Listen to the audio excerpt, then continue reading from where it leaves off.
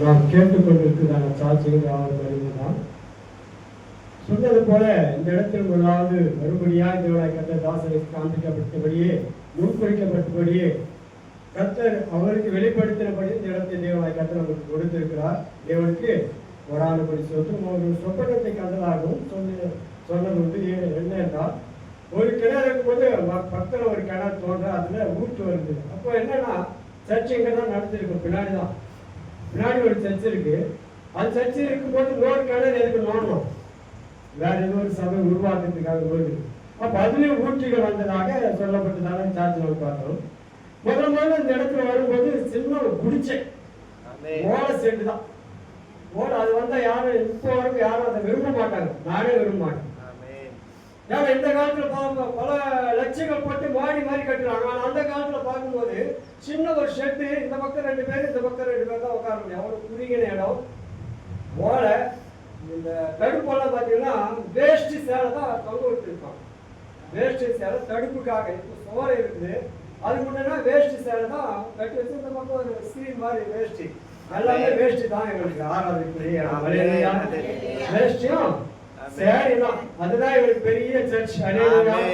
அதுதான் பெரிய கூடாது. தேவனாய் கர்த்தர் அதுதான் தேவனாய் கர்த்தர் கூடாது மோசே காண்பிக்கப்பட்ட கூடாது. அதுதான் அந்த கூடாரத்தை அன்னைக்கு ஆராதினால்தான் தேவனாய் கர்த்தர் இன்னைக்கு இந்த கூடாரத்தை கர்த்தர் அதனால்தான் சொல்ற முந்தின ஆலயத்தை காட்டிலும் மகிமையுள்ளதா இருக்கும். இன்னும் மகிமை தேவன் படுத்துவார்.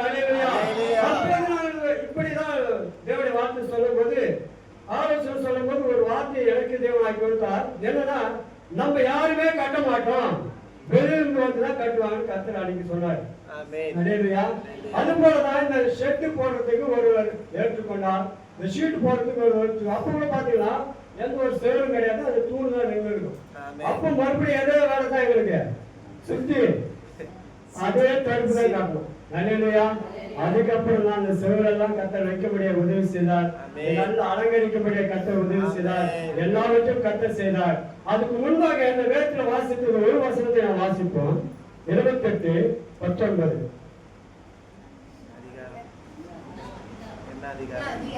ஆதியாகமம் 28:19. அந்த ஸ்தலத்திற்கு பெத்தேல் என்று பெயரிட்டான். அதற்கு முன்னே அவ்வூருக்கு லூசி என்னும் பேர் இருந்தது. லூசி லூசி நம்ம பார்த்து லூசினா தான் நமக்கு கோவம் எப்பேற்பட்ட லூசா இருந்தா ஏசம்மா கை வச்சாது நல்லாயிடும். ஹalleluya. அது லூசாகட்டும், அது பைத்தியமாகட்டும், எல்லாயிடும். தேவனை கர்த்தர் முன்குறித்து மேல கை வச்சா அது பெரிய பெத்தராயிடும். ஹalleluya. அதுதான் யாக்கோபு சொல்றாரு, இந்த இடம் தேவன் தெரிந்து கொண்ட இடம், வேதம் சொல்லி கர்த்தர் சரக்கு மெய்யாகவே இருக்கிறார். ஹalleluya. அந்த இடத்துல தான் கர்த்தர் நமக்கு கொடுத்திருக்கிறார். தேவனாய் கர்த்தர். அதுக்கு முன்னே இதுக்கு என்ன பேருமா அங்கே போய் இடம் வாங்கிட்டீங்க அப்படின்னு பாஸ்டர் கேட்டுக்கலாம் நிறைய பேர். ஆனா இன்னைக்கு வாங்கலாம், ஐயோ அந்த இடம்லாம் ஏன் விட்டீங்க, நீங்க எப்படி அவங்க கண்டுக்கலாம், ஏன் அந்த இடத்துல போய் விட்டீங்க அப்படி எவ்வளவு பேர் எதிர்ப்பு வராங்க. ஆனால் கூட கர்த்தர் ஒரு இடத்தை தெரிந்து கொண்டார். எப்பேற்பட்டதாலும் அது மகிமையாய் மாற்றுவார். ஹalleluya. யாக்கோபு விதைவிதைத்தா அது 100 மடங்கு ஆசீர்வாதம் வந்தே தீரும். ஹalleluya. ஏன்னா விதைக்கிறவன் யாக்கோபு, ஊர்ஜனம் விதைத்தா வராது. விதைக்கிற யாக்கோபு தேவனால் தெரிந்து கொள்ளப்பட்டவன். அப்படியே தேவனால் தெரிந்து கொள்ளப்பட்டவர்கள் தேவன் கர்த்தர் வெளிப்படுத்தினபடி இந்த இடத்துல வந்து எம்மட்டுமாய் கர்த்தர் ஆராய்க்கும்படி உதவி செய்திருக்கிறார். எவ்வளவு கஷ்டங்கள், எவ்வளவு பிரச்சனைகள் இன்னும் நிறைய தான் இருக்குது. ஆனா அது ஒரு பார்த்து நான் பார்க்கறதே கிடையாது. பிரச்சனை வந்துட்டு தான் இருக்கும். வேதம் சொல்லுது சாவர போராட்டம் இருந்தா இருக்கும். சாவர போராட்டம் தேவத்துல உபத்திரவம் உண்டு, இருக்குதான் இருக்கும். அது மேற்கொண்டு போறோம். அதான் கிறிஸ்துவுடைய ஜெயம். அதுதான் வெற்றி சிறந்தார். ஹalleluya. சிலுவையை வெற்றி சிறந்தார், அதுதான் ஜெயம். அப்படியேதான் எவ்வளவு கஷ்டங்கள், எவ்வளவு பிரச்சனை இருந்தாலும் தேவனாய் கர்த்தர் தொடர்ந்து இந்த இடத்துல ஆலயம் நடந்து கொண்டுதான் இருக்கிறது.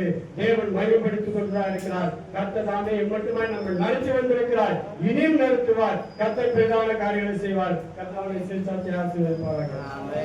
ஹalleluya.